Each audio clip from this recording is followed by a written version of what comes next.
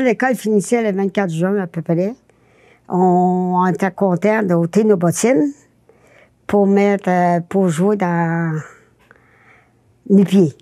Puis là, nu-pieds, là, on était bien parce qu'on respirait bien les pieds. Puis ma mère, elle voulait qu'on porte des bottines parce qu'elle disait que ça brisait le cheville. Puis moi, j'en ai porté jusqu'à 13 ans, puis j'aimais ça. Puis quand j'ai lâché mes bottines, ça m'a fait beaucoup de peine parce que j'aimais ça, là. Ça tenait le pied, puis on était bien chaussés à la place de souliers. Puis nous autres, des souliers, on n'a pas eu tellement parce que mon père avait 14 enfants, là. Il avait amené ma mère, avait amené m'acheter des bottines. Là, on a tous porté des bottines. Puis on a porté même des bottines en feuilles avec un couvre-chaussure en plastique, pas en plastique, en rubber. Puis là, c'était chaud l'hiver parce qu'on allait à l'école assez loin. Puis avec ça, on portait des bottes de laine. Des gros bottes de laine. Moi, j'avais des bottes de laine jusque-là. Ma mère, elle tricotait ça. Elle faisait bien de tricot, ma mère. On marchait une pied pas mal, mais on avait des chaussures. Quand c'était le temps, on avait des chaussures, oui. Quand l'école finissait au mois de juin, là, on arrivait à la maison, on était tout contents. On allait aux chaussures pour comme les autres enfants. On prenait des bonnes courses. Lui-ci, il avait hâte que la glace parte pour pas que le monde tombe. On allait, les premiers temps, on allait casser de la glace. L'hiver, là, on cassait. T'as pas sur le ciment, t'as sur les trottoirs de bois. On cassait les planches. On faisait chicaner. Mais en tout cas, c'est comme on dit, c'est notre jeunesse, hein? Quand il est mort, Jean, ça faisait pas longtemps qu'il avait lâché. Après ça, il a vendu des chaussures après aussi, longtemps. Oui, c'est un bon magasin. Puis il mettait une poignée de clous dans sa bouche pour que ça aille plus vite. Clous, là. Mais lui, il allait assez vite que ça... Il pouvait pas prendre une briquette là, puis là, il allait plus vite, fait qu'il mettait ça, puis clou, puis il en mettait un autre. Il faisait le tour de la semelle. Après ça, il taillait, là, avec son ciseau. Oh, il faisait une belle job. Bel ouvrage. Puis en dernier, on trouvait ça de valeur parce qu'on n'a plus rien ici. Avant, on avait beaucoup de boutiques de toutes sortes de choses. Et puis là, ça a tout changé, hein. On a juste l'épicerie, puis le cordonnier, et puis là, on n'a plus pantoute. Pas aller en ville. On avait des bottines chez nous, c'est officiel, tu sais. Puis nous autres, on passait l'été nu-pieds. Moi, j'aimais ça de nu-pieds. Tu sais, c'était contact avec le sol, tu sais. On sent ça, me semble. Mais, puis, on vient avec, comme je le dis, avec une corne épaisse dessous, bien épaisse, là. Puis quand l'école commençait, au mois de septembre, tu sais, les bottines, on passait l'été, on n'a pas de bottines. Pas parce qu'on voulait les ménager. Moi, j'aimais ça. Tu sais, j'aimais ça. Puis on voyageait à l'école à pied. Mais, tu sais, puis je dis pas que ça l'a enlevé une couple de fois, là, que j'ai été nu-pied. Puis, mais c'était des frères des écoles chrétiennes, dans le temps, là.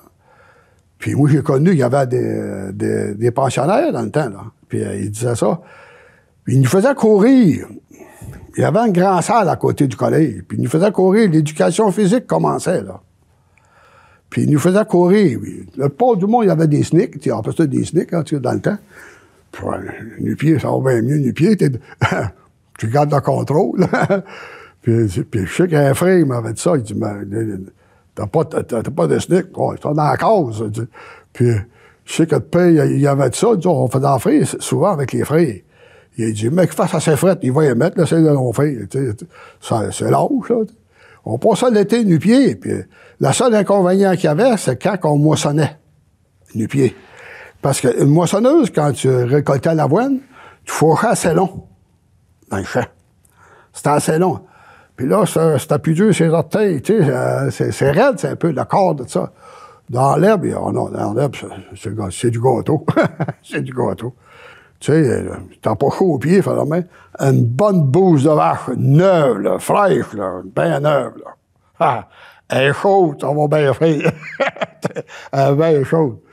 Puis le père, il nous l'avait dit, une belle bouse de vache, du chien, de l'arbre mâché 4 fois, ça, là, pas plus, là. Puis il dit, en plus, ils font du lait avec ça. Tu pensais, toi? Fait que, on disait ça au monde de la ville, hein. Ils font du lait avec ça. Hein. Essaye de faire du lait avec ça, toi. Ouais. Mais, on dit, c'est pas normal, ça. On n'aimait pas ça. Il dit pas qu'on aimait tout le temps ça. Ah, moi, j'ai embarqué dans une bouse de vache encore. Bon, dans l'herbe longue, moi, j'étais dans l'herbe longue, ça paraît, ça pue.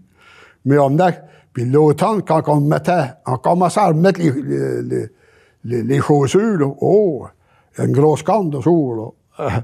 Tu sais, les bottines étaient serrées, mais ça part assez vite, la corne. Au bout d'une semaine, avant moili, pas mal, t'as chaud des pieds, hein, la corne a moili. Mais là, après ça, la fête du travail, là, ben, on commençait toujours dans l'entour de la fête du travail, autour de l'école, là. Puis là, après ça, les frais de poignet, on regardait nos bottines. Mais à cette heure, on voit ça encore dans les vieux pays, là, TV, encore, tu sais, là, oui, du monde nu-pied, ben, il va y avoir une grosse corne sur ça, là. Dans le sable, moi, j'étais au tabac l'été de 4 ans. Puis le sable était assez chaud, on faisait ça nu-pied. Ah oui, tout le temps nu-pied. Puis le sable venait assez chaud, là, quand on marchait à l'ombre. Tu sais, au commencement, quand le sable est chaud ici, je parle pas chez nous, t'as pas chaud, mais il n'y a pas de sable, de la terre, en tout cas. Mais j'aimais ça. J'aimais ça, le nu-pied, ah oui. Même des fois, non, ça, il ne fait plus, là, non, c'est bien trop tendre, là.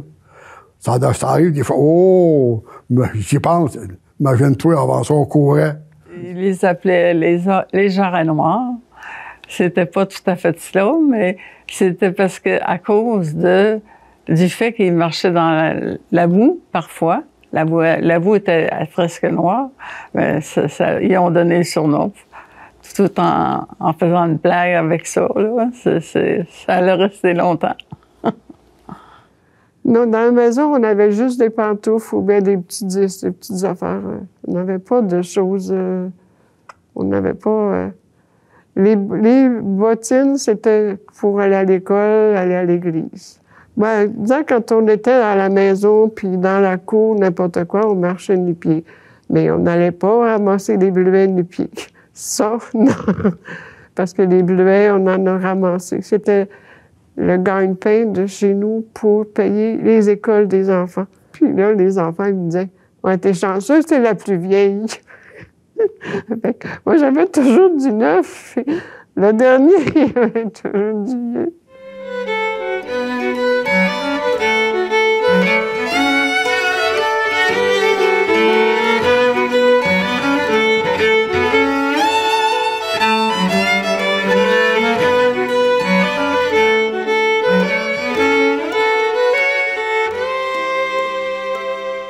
Ou on avait un arabe, mais je sais pas. On avait des arabes, mais je sais pas combien il y avait d'arabes.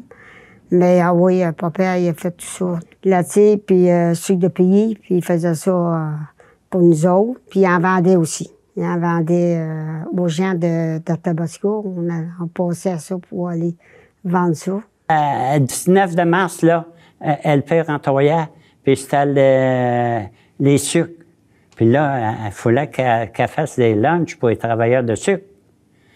Fait qu'on amenait notre lunch avec le père. Ben, quand on n'allait pas à l'école, là, on allait faire les sucres.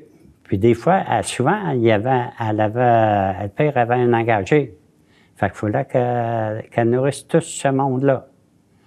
Puis au mois d'avril, c'était des employés, laver les chaudières, sécher les chaudières, remplir le bois pour la bouilleuse. Parce que ça prenait plusieurs cordelles de bois. Il fallait ramasser ça dans le sucrerie. Le sirop d'érable, on avait un 45 gallons, puis un 25 à 1 gallon. 45 gallons, un tonneau de métal de 45 gallons.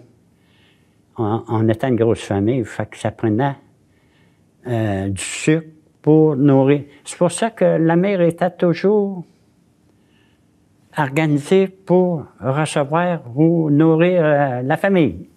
Je me souviens surtout de la senteur de l'eau d'érable qui bouillait longtemps, puis on aimait beaucoup être alentour de cette pièce-là.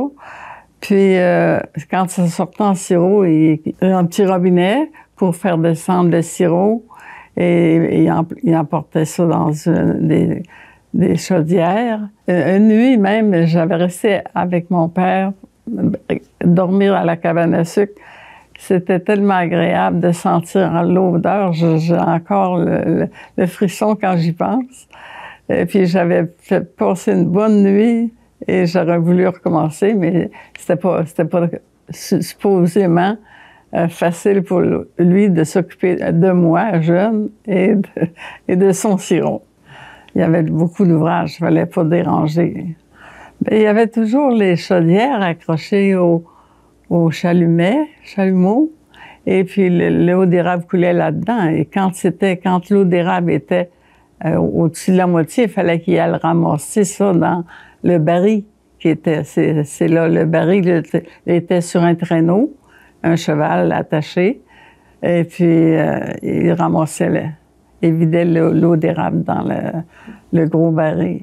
Mais avant d'aller dans la panne, il y avait aussi dehors des gros réservoirs pour contenir l'eau d'érable. C'est ça.